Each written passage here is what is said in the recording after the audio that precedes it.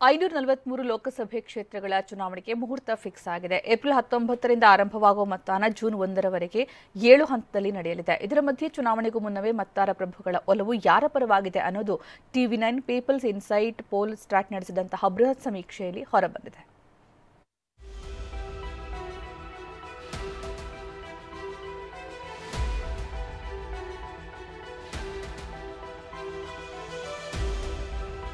ಪ್ರಜಾಪ್ರಭುತ್ವದ ಅತಿ ದೊಡ್ಡ ಹಬ್ಬಕ್ಕೆ ಮುಹೂರ್ತ ಫಿಕ್ಸ್ ಆಗಿದೆ. ಏಪ್ರಿಲ್ 19ರಿಂದ 7 ಹಂತದಲ್ಲಿ ಚುನಾವಣೆ ನಡೆಯಲಿದೆ.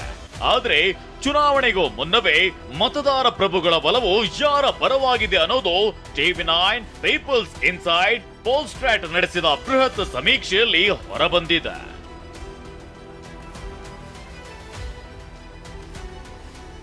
ಫೆಬ್ರವರಿ 15ರಿಂದ ಮಾರ್ಚ್ 15ರವರೆಗೆ ನಡೆದ ಸಮೀಕ್ಷೆಯಲ್ಲಿ ದೇಶದ 20 ಲಕ್ಷ ಜನರಿಂದ ಅಭಿಪ್ರಾಯ ಸಂಗ್ರಹಿಸಿದೆ. ಲೋಕಸಭೆಯ 543 ಕ್ಷೇತ್ರ ಹಾಗೂ ನಿಮ್ಮ ಉಬ್ಬಿದ ರಕ್ತನಾಳಗಳ ಸಮಸ್ಯೆಗೆ ಎವಿಸ್ ಆಸ್ಪತ್ರೆಯಲ್ಲಿ ಕೇವಲ 30 ನಿಮಿಷದ ಲೇಸರ್ ಚಿಕಿತ್ಸೆಯೊಂದಿಗೆ ಮುಕ್ತಿ ಹೊಂದಬಹುದು. ಹೆಚ್ಚಿನ ವಿವರಗಳಿಗಾಗಿ ಸಂಪರ್ಕಿಸಿ 8088837000. 4123 ವಿಧಾನಸಭಾ ಕ್ಷೇತ್ರಗಳ ಮತದಾರರಿಂದ IVR ಅಂದ್ರೆ ಫೋನ್ ಮೂಲಕ ಮಾತನಾಡಿ ಡೇಟಾ ಸಂಗ್ರಹಿಸಲಾಗಿದೆ. ಸಮೀಕ್ಷೆ ಪ್ರಕಾರ ಉತ್ತರ ಪ್ರದೇಶದಲ್ಲಿ NDA ಮೈತ್ರಿಕೂಟಕ್ಕೆ ಮತದಾರರು ಜೈ ಹೋ ಎಂದಿದ್ದಾರೆ. 80 ಕ್ಷೇತ್ರಗಳಿರುವ ಉತ್ತರ ಪ್ರದೇಶದಲ್ಲಿ ಬರೋಬ್ಬರಿ 73 ಕ್ಷೇತ್ರಗಳಲ್ಲಿ NDA ಭರ್ಜರಿ ಗೆಲುವು ದಾಖಲಿಸಲಿದೆ ಅಂತ ಸಮೀಕ್ಷೆಯಲ್ಲಿ ಗೊತ್ತಾಗಿದೆ. ಆದ್ರೆ ಇಂಡಿಯಾ ಮೈತ್ರಿಕೂಟ ಕೇವಲ 7 ಕ್ಷೇತ್ರದಲ್ಲಿ ಗೆಲ್ಲುತ್ತೆ ಅಂತ ಸಮೀಕ್ಷೆ ಹೇಳ್ತಿದೆ.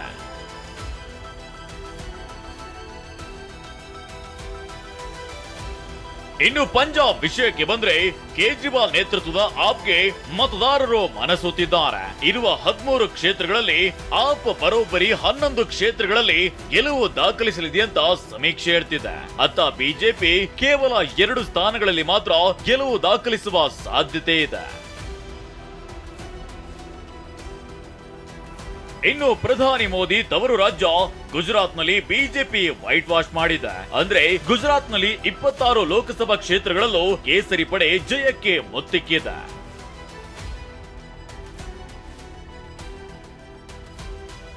ಇನ್ನು ಕರ್ನಾಟಕದಲ್ಲೂ ಬಿಜೆಪಿ ಮೇಲೆ ಮತದಾರರು ಒಲವು ತೋರಿದ್ದಾರೆ ಅನ್ನೋದು ಸಮೀಕ್ಷೆ ಮೂಲಕ ಗೊತ್ತಾಗಿದೆ. ಒಟ್ಟು 28 ಲೋಕಸಭಾ ಕ್ಷೇತ್ರಗಳ ಪೈಕಿ 22 ಕ್ಷೇತ್ರದಲ್ಲಿ ಬಿಜೆಪಿ ಗೆಲುವು ದಾಖಲಿಸಲಿದೆ ಅಂತ ಸರ್ವೆ ಹೇಳ್ತಿದೆ. ಇನ್ನು 5 ಸ್ಥಾನದಲ್ಲಿ ಕಾಂಗ್ರೆಸ್ ಮತ್ತು 1 ಸ್ಥಾನದಲ್ಲಿ ಜೆಡಿಎಸ್ ಅಭ್ಯರ್ಥಿ ಜಯ ಗಳಿಸ್ತಾರೆ ಅನ್ನೋದು ಸಮೀಕ್ಷೆ ಮೂಲಕ ಗೊತ್ತಾಗಿದೆ.